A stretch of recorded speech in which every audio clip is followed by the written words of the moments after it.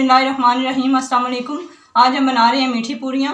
मीठी पूरियाँ बनाने के लिए हमने एक देगची लेंगे सबसे पहले, और उसमें हम हाफ कप दूध डालेंगे और साथ ही उसमें 1 कप चीनी डालेंगे। जिस कप से हमने दूध को मेजर किया उसी से चीनी को मेजर करना है।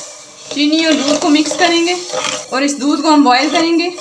दूध में बॉयल आ गया, अब चीनी इसमें मिक्स होने तक हम इस दूध को पकाएंगे तो फिर हम फ्लेम को ऑफ करेंगे। चीनी दूध के साथ अच्छे तरीके से मिक्स हो चुकी है। अब हम इसे 10 मिनट तक मज़ीद पकाएंगे और फिर फ्लेम को ऑफ करेंगे। 10 मिनट हो चुके हैं दूध को चीनी के साथ पकते हुए। अब हम फ्लेम को ऑफ करेंगे और इसको ठंडा कर देंगे।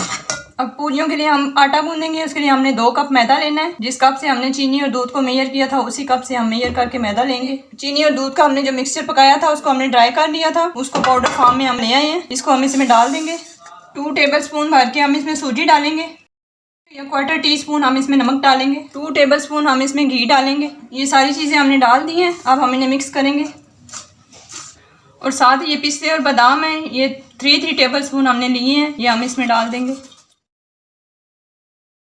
ये मिक्स हो चुका है। अब हम ठंडे दूध से इसको गूंद देंगे। ये हमने एक सख्त सी डो गूंद ली है और ये ऐसे स्टिकी हो गई है। अब हम इसे गीले कपड़े में लपेट के 15 मिनट के लिए फ्रिज में रख देंगे। डो को हमने फ्रिज से निकाल ली है। अब हम सरफेस पे ऑयल डालेंगे और इस डो को हम इस पे निकाल लेंगे।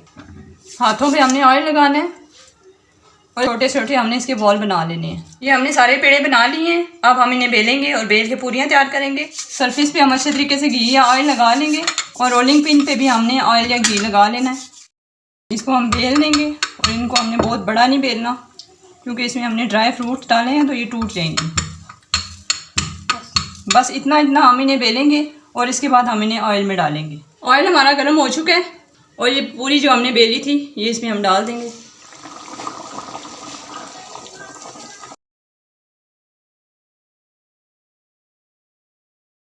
ये हमारी फूल रही है पूरी।